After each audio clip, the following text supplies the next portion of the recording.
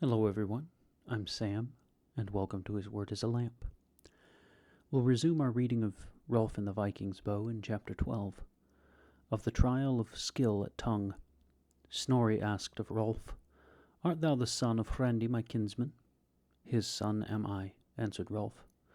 "So must thy father be dead," said Snorri, "for I feared he would break his bounds." "It is yet to be proven," replied Rolf, "whether he be lawfully slain or no."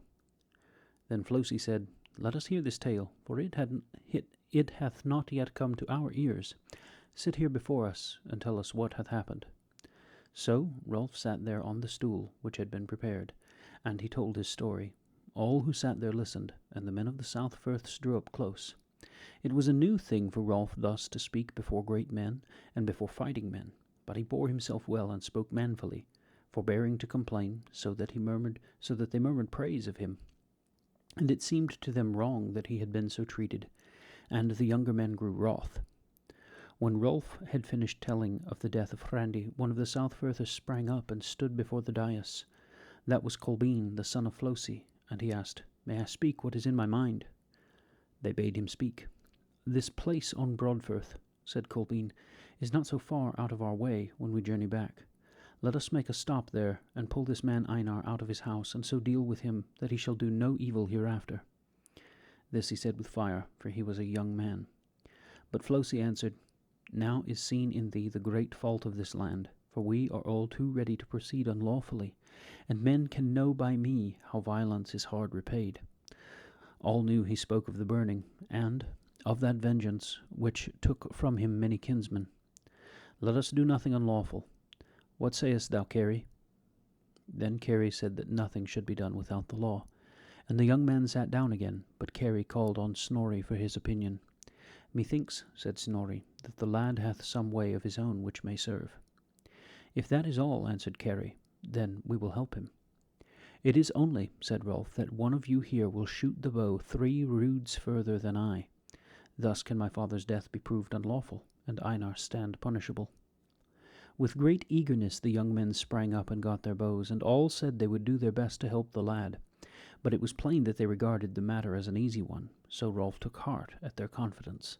Then all went out to the mead, where was good space for shooting.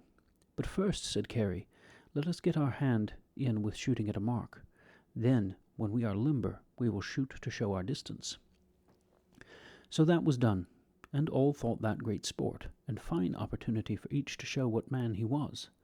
The South Firthers and the West Firthers set apples on sticks and shot them off, and they shot next at the sticks themselves, and last they shot at a moving mark. Then they called Rolf to show his skill. Flosi asked of Keri, "Thinkest thou the lad can shoot?" "Slender is he," answered Keri, "but strong in the arms and back, and his eye is the eye of an eagle.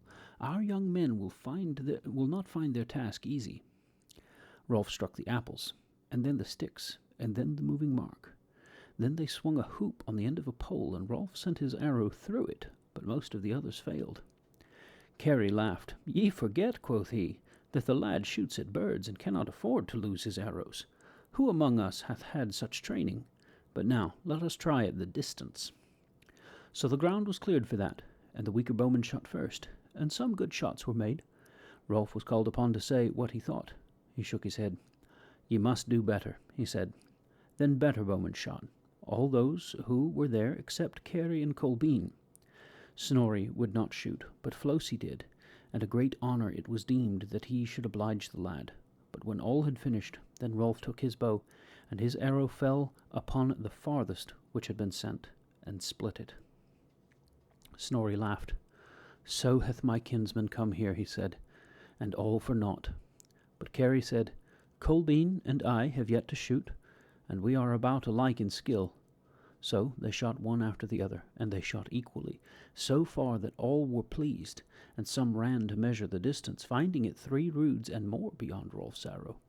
Many cried that the matter was now settled, but Snorri said, "Let Rolf shoot once more, mayhap he hath not yet done his best." Then Rolf took his bow again, and the arrow flew, and it flew less than a rood behind the arrows of Keri and Kolbein. So it was proved that none there might help Rolf in his need. Then he was greatly cast down, and he wished to go away at once, But they detained him overnight. No men could be kinder to him, and in the morning when he was to start home they offered him money, but he would take none. So Snorri gave him a cape, and Flosi a belt, and Keri gave him a short sword, handsome and well made. Much was he honoured by those gifts. Snorri lent him a horse to take him to Havn, and their boatman set him again across the firth. Weary and disheartened, he came to Cragness in the morning of the second day, and without joy he entered the hall. There Asdis met him in great trouble. "Here has been," said she, "a great man and rough, who made me feed him.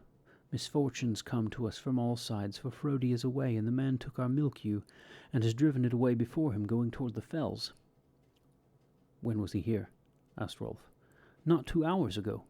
"I will seek him," said the lad, and turned from the house. "Nay," cried Asdis in alarm, "I beg thee, go not, for he was huge and fierce of aspect. Thou art too tender to meet such as he.